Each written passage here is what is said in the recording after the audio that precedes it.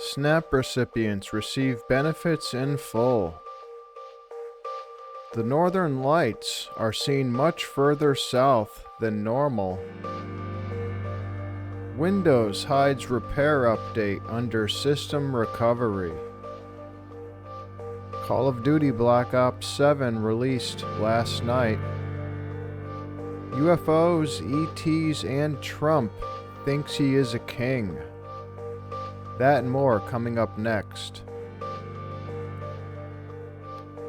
Hi everyone, it's Friday, November 14th, 2025. Thanks for joining me for Alternative News, covering some of the top stories of this week as well as today, mostly ignored by the mainstream media. But before we get started, here's a 30-second commercial from my sponsor.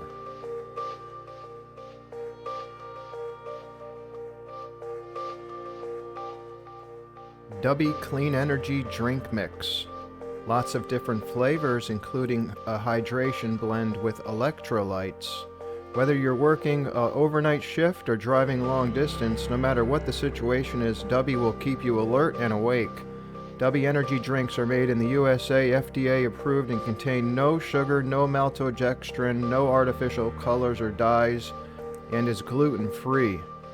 Visit the website for more flavors and products. Order Dubby Energy Drink Mix online by using the video or description link and enter code UFO1 for 10% off.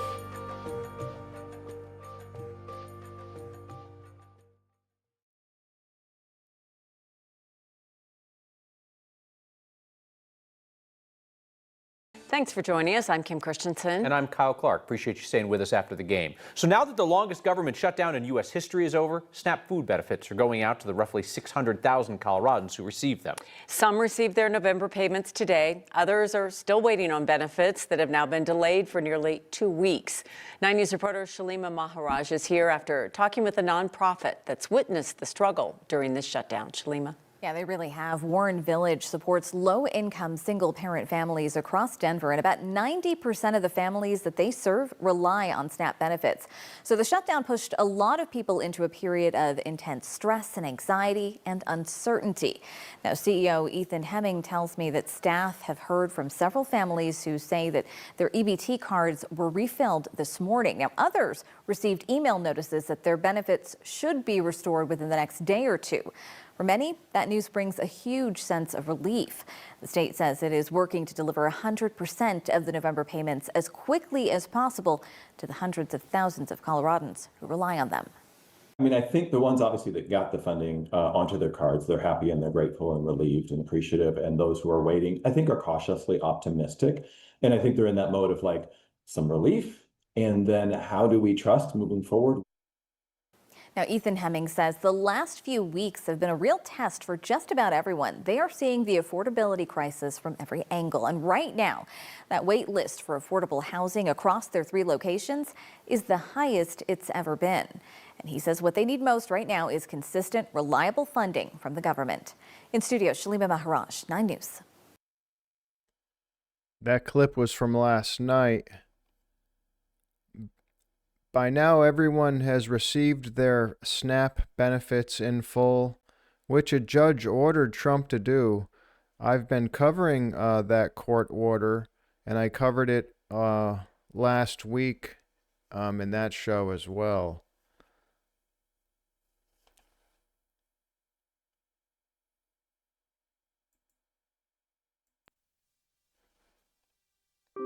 Aurora Borealis, also known as the Northern Lights, normally appears in Alaska, but the Northern Lights usually doesn't appear this far south. This past week, Aurora Borealis appeared all over the United States, as you can see in this footage.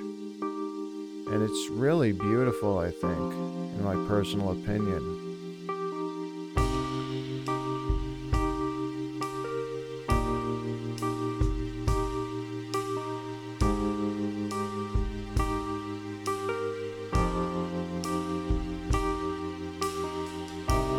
There looked like a shooting star that went by there a moment ago, but you can see it's almost like looks like glowing clouds or energy. And there's certainly a spiritual aspect as well.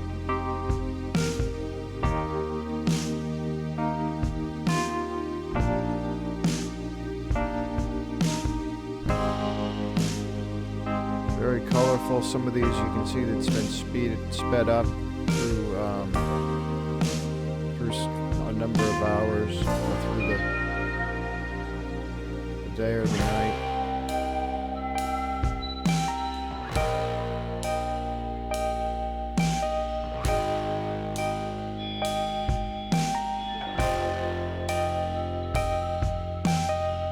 But you don't see this too often, so I wanted to capture some of this and share it with all of you.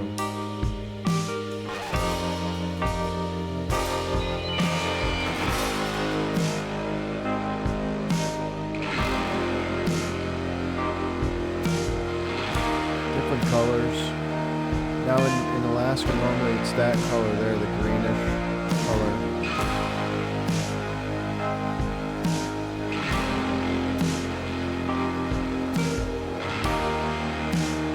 But it can be different shades or different colors.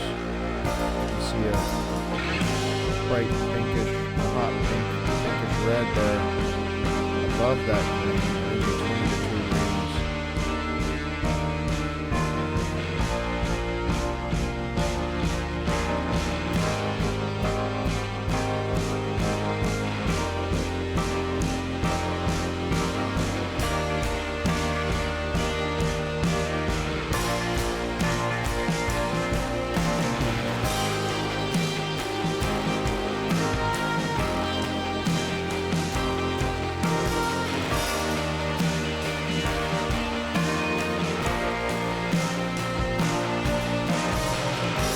That's in Massachusetts.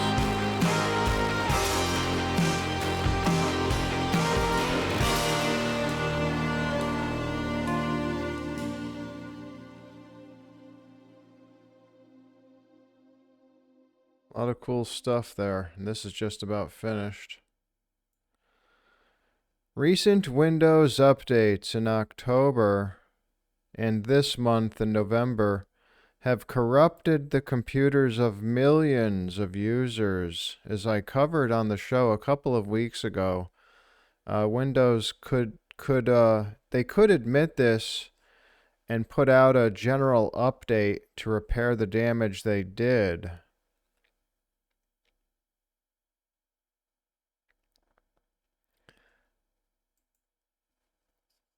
But what Windows did was hid the new update under system recovery. So if you can't install the new Windows update, or if the recent updates messed up your computer, click reinstall now, and it all basically all it is all it's going to do is it'll give you a Windows update that will fix the damage done by their previous updates and get your computer back up to date.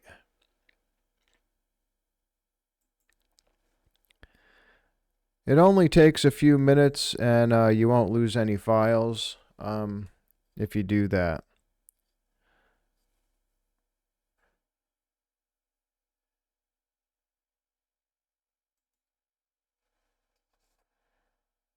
Here's a live look at the Capitol. And that is Eastern Standard Time on the East Coast there, 8:35 p.m.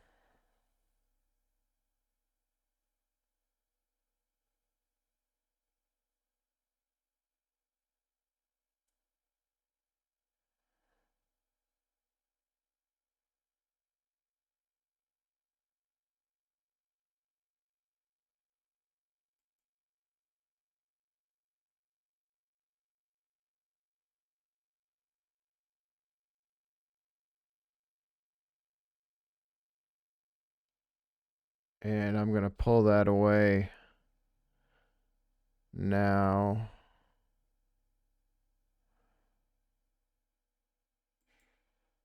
Okay, there we go.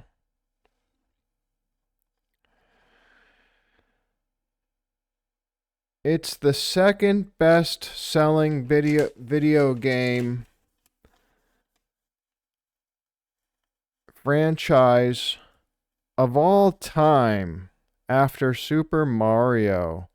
Last night, Call of Duty released its latest game, Black Ops 7. Don't worry, I'm right here. I got your back. You guys, crawl towards me. Oh, you got you?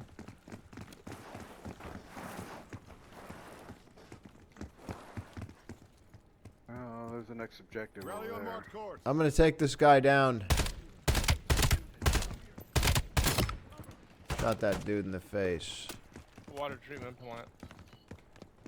Lead the way to the plant. I'm disoriented. I'm just killing whoever I see. Okay, I see the objective. Stand by. It's a big circle.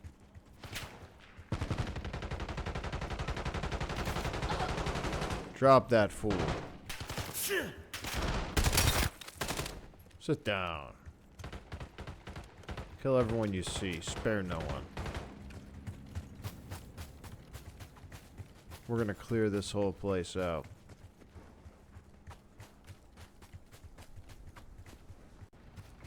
Somebody drive this big one. You getting in? Oh. Go ahead. Let's go, guys. Let's head out. Gonna head to that objective.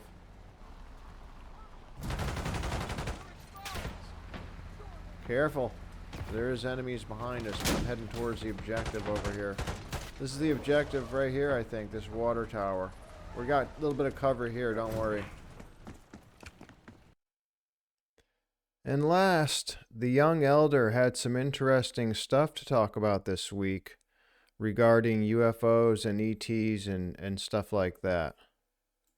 Yeah, but the 1945 bombing really changed everything. And like I say, some of the groups that were even living here started to get concerned because they got bases under the ocean and on certain mountains deep underground.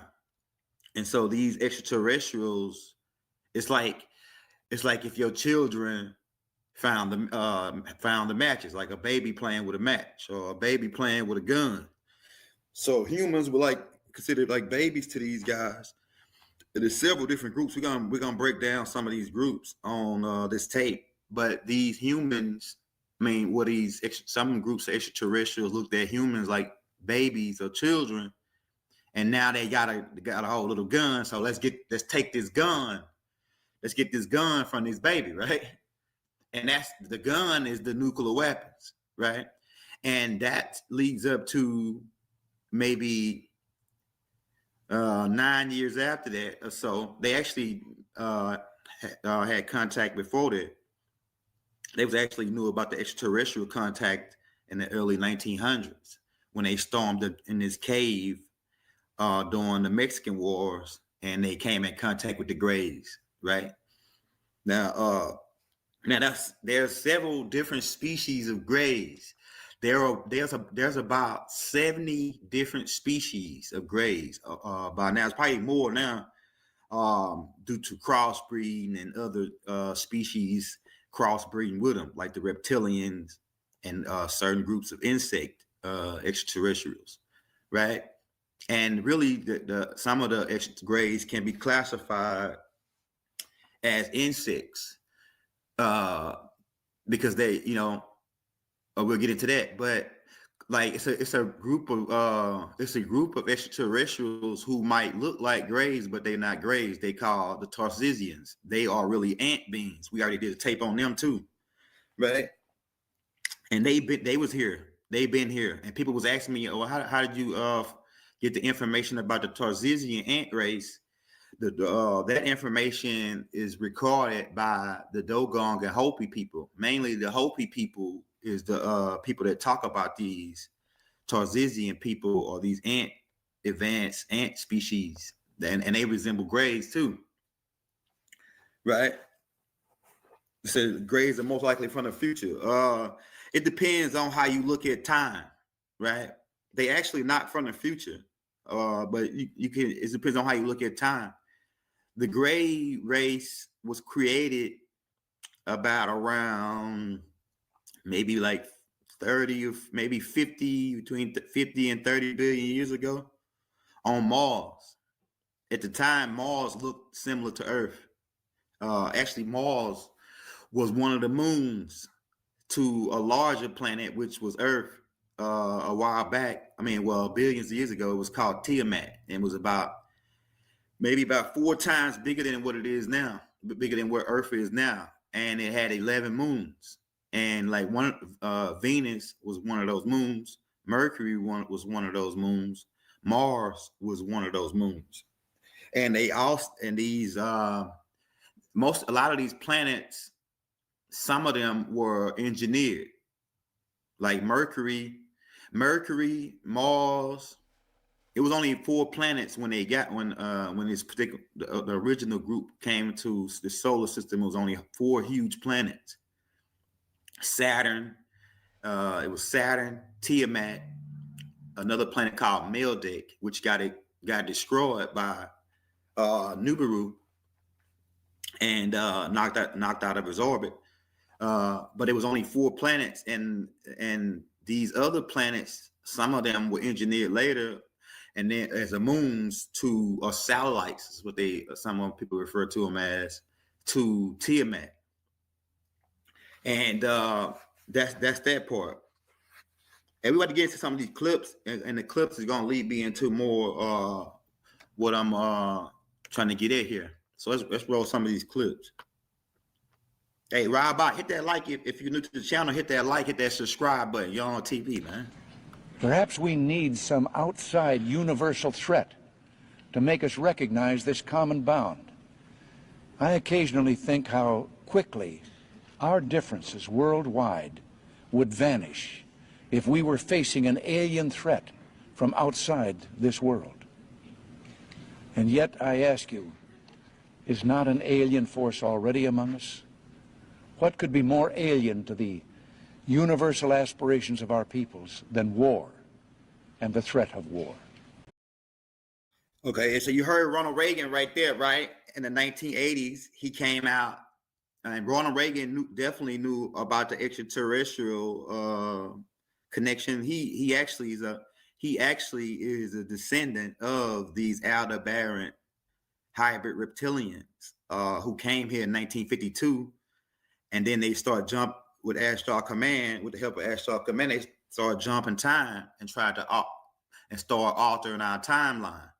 And like I say, I showed y'all a book. If you would go back and look at that, the book collection that I put out yesterday, I showed you where Doc was talking about that in the Millennial Book Part 1, right? Now, so another thing I want to say about what Nixon was saying, he said they walk amongst us, right?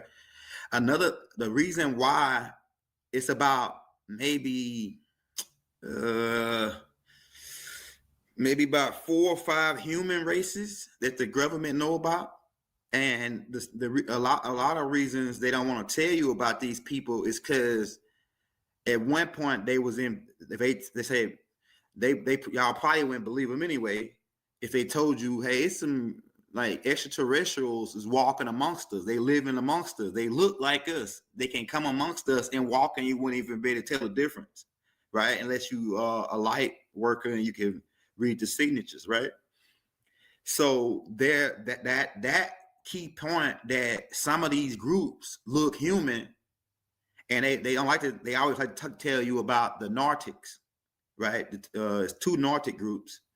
One is the Aldebarans, and then the other one is Astral Command, who are pretty much part of the same conglomerate. And then is the Orion group, which is the Najarus, is what we call them, right? Our family, the ones who are responsible for building the pyramids, and we got clips on that too. So they don't want to tell you about. It's also the tall whites. The tall whites really are a hybrid race from a deal with the Greys. Well, actually, it wasn't no deal. The Greys actually took that up on themselves. the bad ones, right? The marker beans to, well, not the marker beans. And these grays, the grays that did the tall white grays really were, I can't say they were bad, but it depends on what perspective. They were neutral type beans, right? Because these tall whites, they are neutral zoids, but they wanted to try to retain some of our emotional energy, meaning that some of these reptilian and for you Bible guys, we can use the word angel, right? Because aliens is an alien or extraterrestrial is just another word for angel, right? Beings who come from what they call in heaven or outer space, right? We can get into that too, what space or what heaven really is. It's really no such thing as space, but that's another subject, right? But because space is always filled with tachyon energy. But like I said, I wanted to make that clear that it's certain groups of humanoid extraterrestrials that they in contact with, that the government been in contact with. So let's go to this next clip. I would like to make the prediction right now.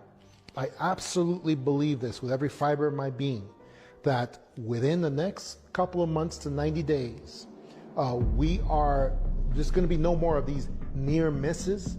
Near misses are already considered a hostile action in a military kind of milieu. It already is.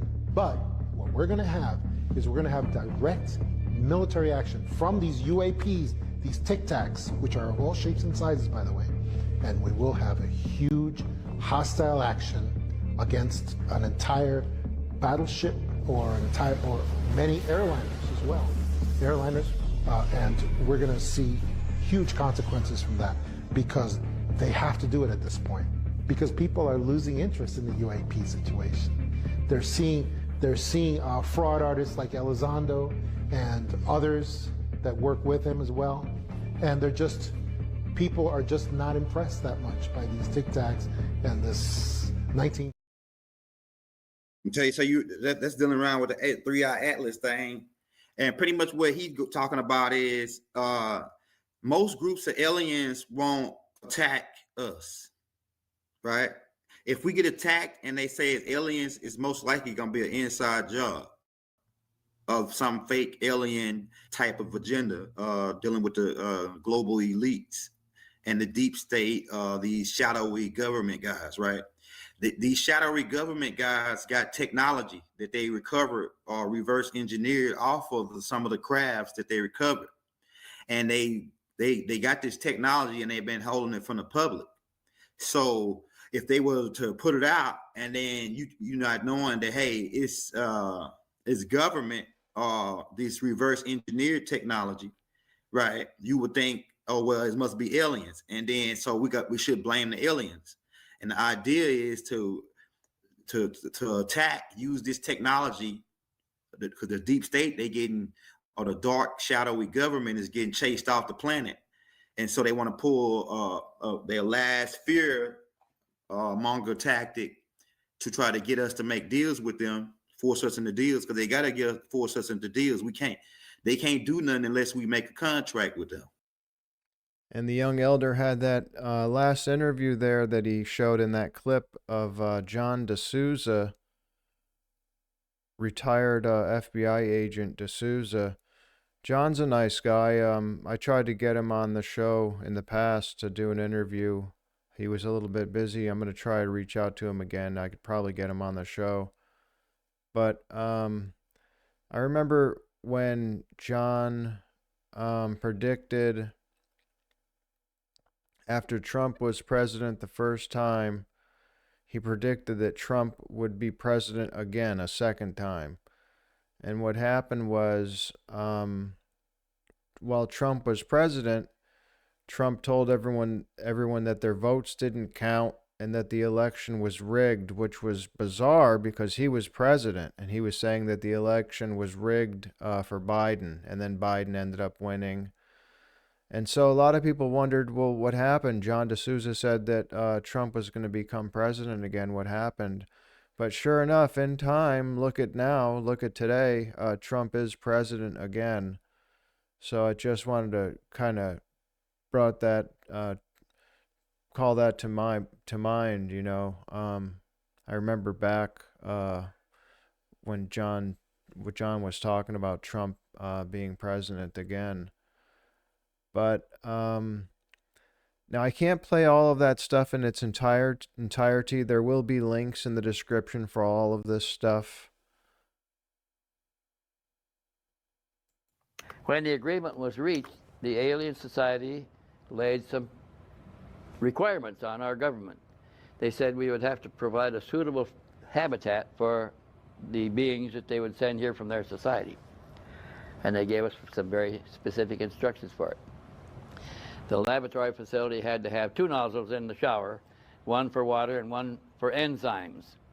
And they would bring enzymes from their home planet to be put in a tank to be dispensed through the second nozzle. The enzymes were lathed over the body first and rubbed in. They stand there for a time, and then they rinse off with water, and the water and the enzymes are collected at the bottom, and the enzymes are filtered out, put back in the tank, and the water is flushed away. That was one of the requirements. Another was a food requirement. They don't eat alimentation such as ours. They brought alimentation from their home planet that we had to learn to culture here in Area 51 to provide a food source for their diet. Our government was charged with the responsibility to produce the food from their products continually for alimentation for the guest visitors. Now those guest visitors arrived in an operational vehicle that they still keep operation of. They can go and come. They fly in and out of their habitat facility at will. They're not restrained in any way. But my engineer friend was one of the several engineers that were assigned to work with the extraterrestrials to try to bridge the gap between their technology and ours. And in 20 years of research trying to do so, they never succeeded in closing the gap. We were never able to convert that technology to ours. And the reason given by the aliens themselves is because they, in order to operate their equipment, they have to impart a certain mental input. And we have never learned to impart the input that's necessary to make the machines work. So their equipment responds to mind, to thought, and we have never learned to impart the proper thought to make any of it work. There is no way that we can bridge the gap with a wire from this point to that point, from theirs to ours, and make it work. There's no such wire. And that's interesting because those aliens are, I think one is very ill now and about to die, but they've been there since the 60s. What, that's for 35 years. And we've been trying to solve the problem all that time and haven't succeeded. That's one entity that I know about. There were 2 of them involved, 2 aliens involved, 1 craft. There may be others that I don't know about. That one I am quite sure is legitimate and real. The last I heard is one of those alien beings. We don't know whether they're males or females either because they don't have any sex organs. They have not reproduced out there. They do go and come as they please, and sometimes they're seen by others outside or even in Area 51. And they're not detained. But it's an interesting experiment because there may be other programs going on that are not as beneficial.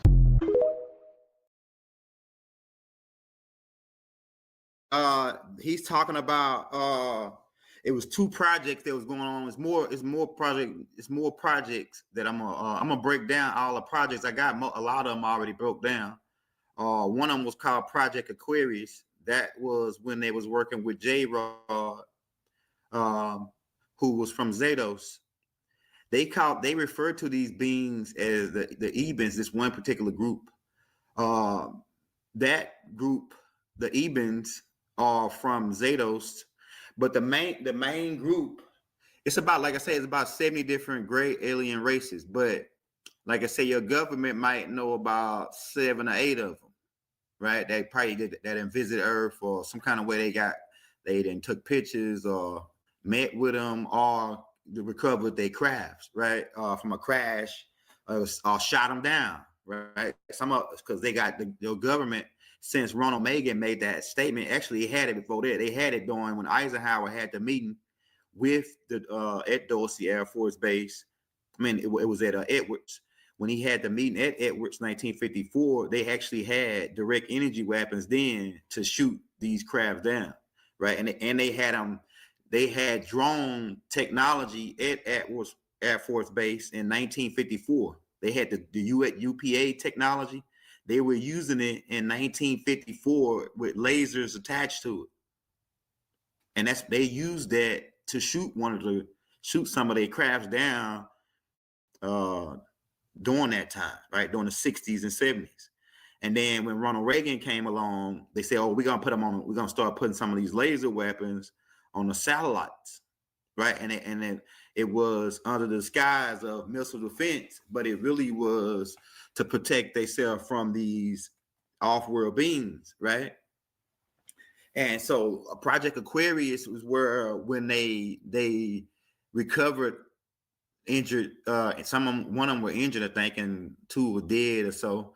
But the one that survived, they took him, and like he said, he was working with the government since the 60s. And I think they nicknamed him J-Rod. And Dan Bigley, there's a dude named Dan Bushik, I think is how you say his last name. I might be saying his last name wrong, but let me play a clip from him real quick. He talks about one of his encounters with these beings. The gentleman with which I was associated was approximately 3.5 feet tall. He had a dark brown appearance, very ruddy appearance to his skin. He was in a highly pressurized clean sphere. 3.5 feet, large head in comparison to torso, large bulbous black eyes. The whites of the eyes had been selected out, so it looked like a large pupil, basically. When you look into his eyes, you feel like you're going to fall into his eyes forever. And I think that probably had something to do with the telepathic nature of his mental structure. He was hunched over most of the time, could not support himself fully, given muscular atrophy, and that had to do with the peripheral neuropathy under which he was suffering. He was unclothed, which bothered him. He wanted to wear clothing and was refused in every turn. Called himself captive, and justifiably so. His facial features were grotesque in comparison to what he showed me what normal would be. Nose was recessed, an extremely small mouth, a hard palate, no teeth. Do you have any idea what his chronological age was? 622. They excrete in a manner that we would excrete. Their external genitalia are different than ours. The females have somewhat like vulva, but they have a clasper situation. The male has a male clasper, the female claspers. And if it looks like a disc with rectangular solids that are rotated into position for clasping at the inguinal region. They do have internal fertilization. Now, this was something you read because you didn't see the female, did you? No, this is something he showed me of his wife. Everything that he showed me when this was the incident. When he projected it into me, it felt like I was there. He was extremely depressed. If we were to term him human, I'm not a psychologist, but I think he would be termed as clinically depressed. Okay. He wept, but he didn't weep outside. He wept when he was with me. Well, could you estimate what his level of intellect was? He's smarter than me. He was smarter than me by a long range. Did he have a wide range of knowledge? The mathematics that he showed me blew my mind. Was that right?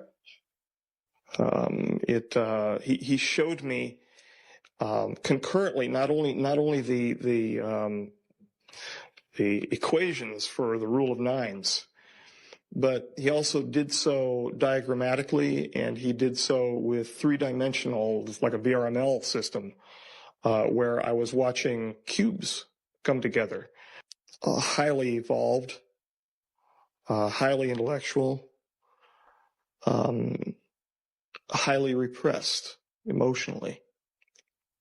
When I was with him, I felt great happiness to be with him, but I could feel his great sadness, not only because of what he wanted to become, what he knew he was by being present with us, but where he was and how he was being treated.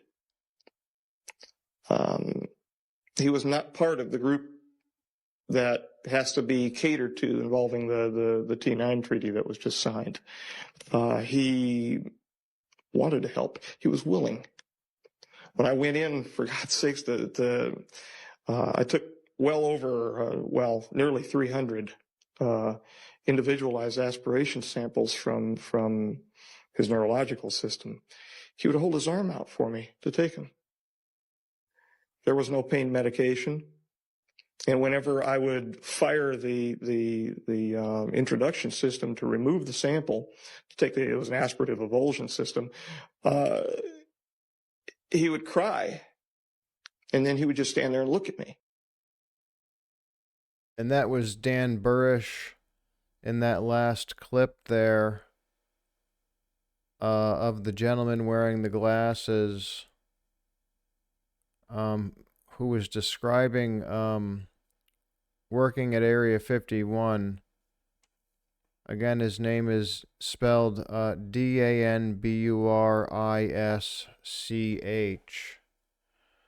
Very interesting gentleman. And I did a special 2-part miniseries covering the book Alien Disclosure at Area 51 that covers Dan's story. There will be a link in the description for that as well. Have a good night, everyone.